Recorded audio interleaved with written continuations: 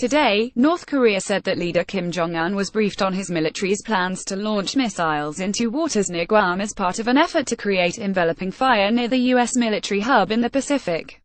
The comments, while typically belligerent, are significant because they appear to signal a path to defuse a deepening crisis with Washington over a weapons program that is seen as having the ability to be able to send a nuclear missile to the U.S. mainland.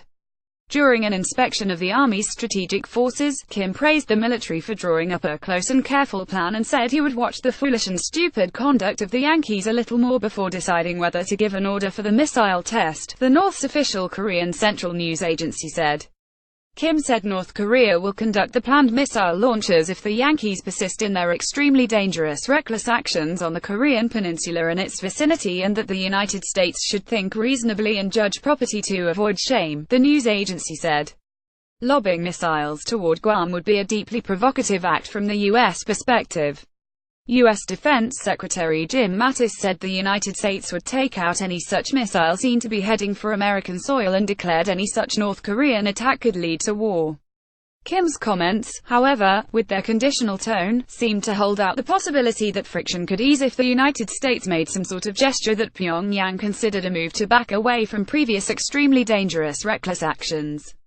The United States and South Korea plan next week, however, to start annual defensive military drills that the North claims are preparation for invasion.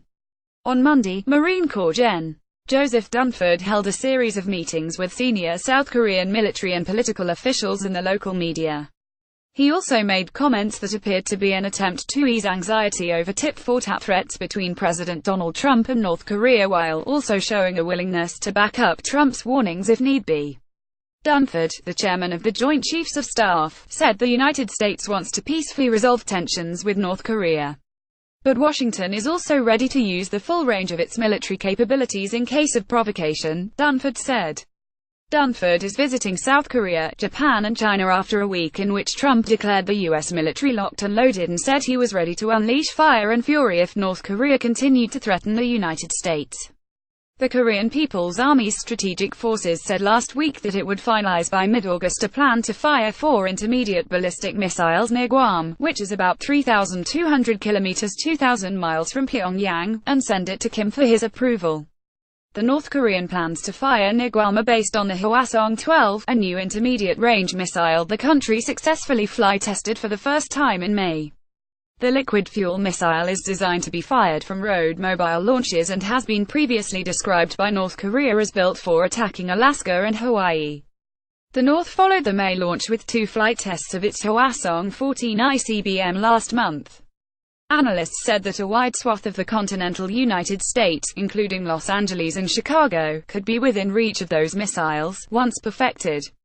The latest Korea Central News Agency report said Kim ordered his military to be prepared to launch the missiles toward Guam at any time.